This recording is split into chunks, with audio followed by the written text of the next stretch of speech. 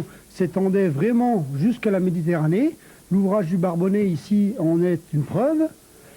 D'autre part, on s'est rendu compte que les ouvrages de la ligne Maginot étaient situés bien souvent dans des sites magnifiques, là aussi, dans des endroits auxquels on est obligé d'accéder par des chemins vraiment difficiles. Hein. D'autre part, on avait des inquiétudes au niveau de la Jeep, puisque le Maginot Jeep Memorial, c'était aussi la Jeep. Et finalement, elles ont bien tenu le coup. Il y a eu quand même des problèmes mécaniques sérieux. Je tiens ici à féliciter l'équipe d'assistance mécanique qui a fait un travail formidable, puisqu'ils ont travaillé pratiquement jour et nuit pour pouvoir amener les 11 Jeeps à destination.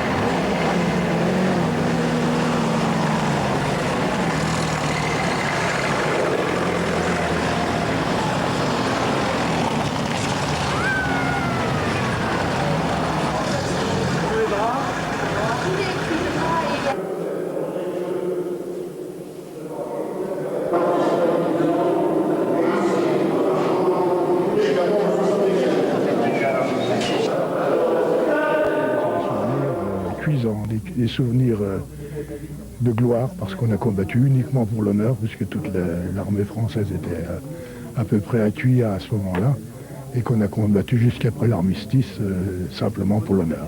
On parle de la ligne Maginot à des Français, c'est égal débandade. La débandade, il y a eu 500 000 hommes qui se sont repliés sur ordre, sans aucune préparation, qui se sont pas dévêtus pendant 8 ou 10 jours, qui ont combattu de jour, qui ont marché de nuit, qui n'ont pas mangé. Il y a eu des tués, il y en a eu des milliers de tués.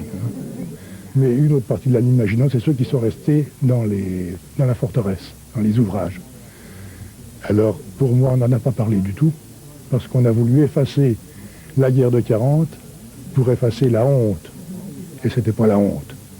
Voilà, ce qu'il faut redire 40 ans après ou 50 ans après, c'est qu'il y a eu de l'honneur, il y a eu des combats simplement pour la gloire et pour défendre l'honneur de la France.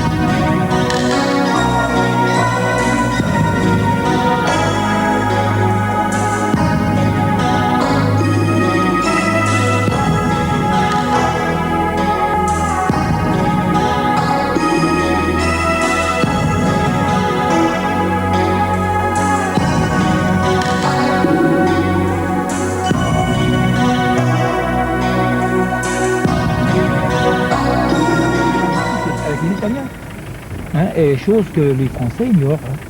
Vous prenez n'importe qui, vous posez la question de la ligne Maginot, pour vous, qu'est-ce que c'est? Des gens qui se sont sauvés, alors que c'est faux. Et nous, on découvre... Et on ni décidé de se rendre, et on ne s'est jamais rendu. Jamais. Comment le combat? Il n'y avait pas de différence entre les trois tiers, même si la langue n'était pas la même, parce que ceux d'ici ne parlaient pas tout à fait la même langue. Ils parlaient le dialecte. La Tura, 48 heures après l'armistice, les Italiens n'étaient encore pas arrivés aux portes du fort. Les gars ont sorti du fort avec les honneurs de la guerre, et les Italiens leur ont présenté les armes au fort de l'Essayon, là, en passant.